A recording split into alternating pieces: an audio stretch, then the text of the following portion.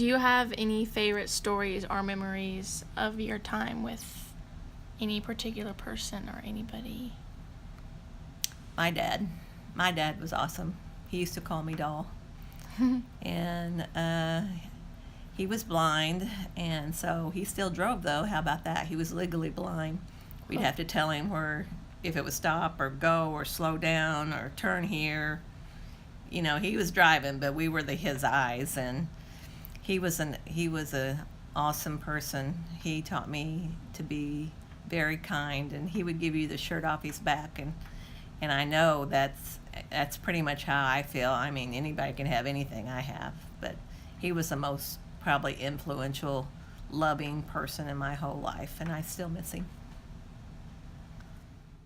Tell me about your siblings. Were you close to any of them? I was born really late. My 3 siblings, it was Katie, Ronnie, Pat. They were born all like 2 years apart, and then 10 years later, they had me, which I was quite the surprise. But it turned out good because I was kind of almost raised like a single child. And, you know, you just get away with more stuff. But it worked out good for my mom and dad because I was able and had the energy to take care of them when they got old, where my siblings, you know, they were only 20 years younger and, you know, slightly more than that than my parents. So I was so much younger that it was easy for me. How would you describe me to someone who has never met me before? Oh my gosh, I do that all the time, and they know how much I love you. That you're beautiful and intelligent and a bright, shining star in my life, that I would do anything for you. You're just a lot of the reason why I even want to be here, because you're just so special. What is something you are passionate about? What am I passionate about? That would probably be my dog.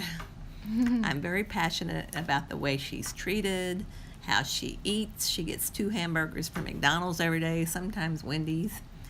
But and sometimes I take her for breakfast for a sausage biscuit. She doesn't eat the bread on any of those.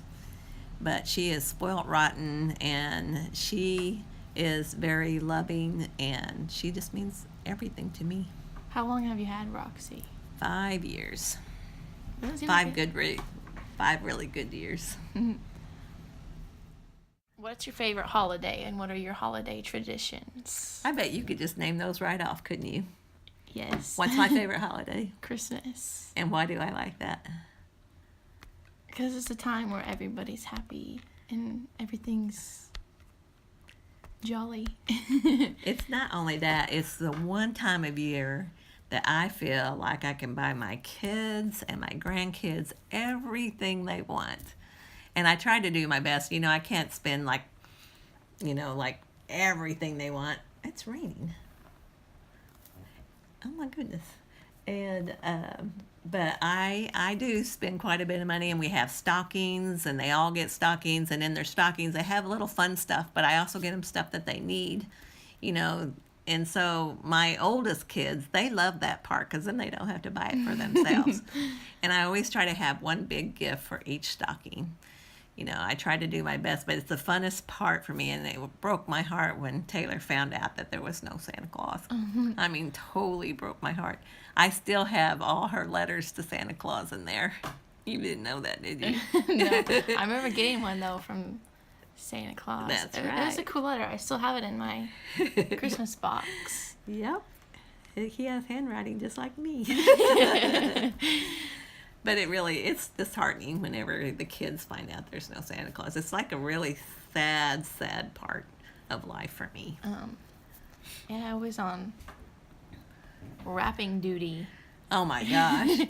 It takes like 6 of us to wrap all the presents, and Taylor wraps the most of them. Yeah, that back room's always filled, and closets are filled, and it's like the last 3 nights is when everybody's going crazy because you gotta get everything. Or they're going under the tree with no wrapping, and nobody likes that. It's chaotic in your living room every Christmas morning because there's no room, and the presents fill up almost to your couch, and Yep, and they're stacked about 4 foot high. And all the stocking stuff in there, we can just barely fit in there, and it's just chaotic because there's wrapping paper going everywhere. Yep. Tell me about our family tree. Okay. If it starts with me, it would be myself, G.J. Henderson, Carrie Baker.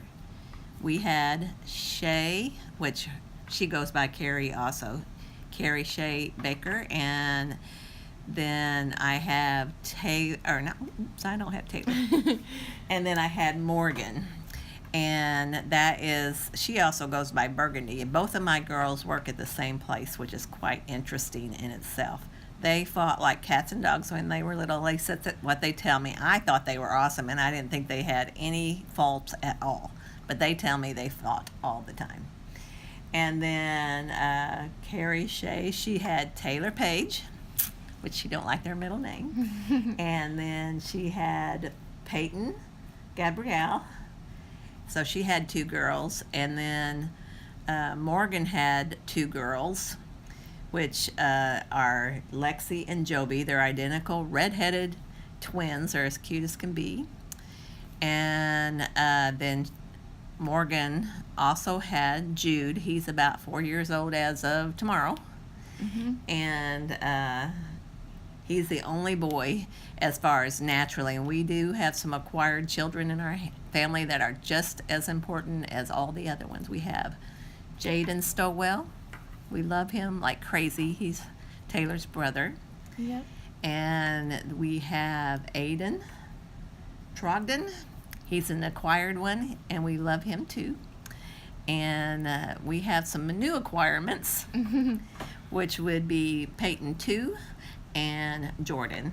And we love all our family just like there's just no difference.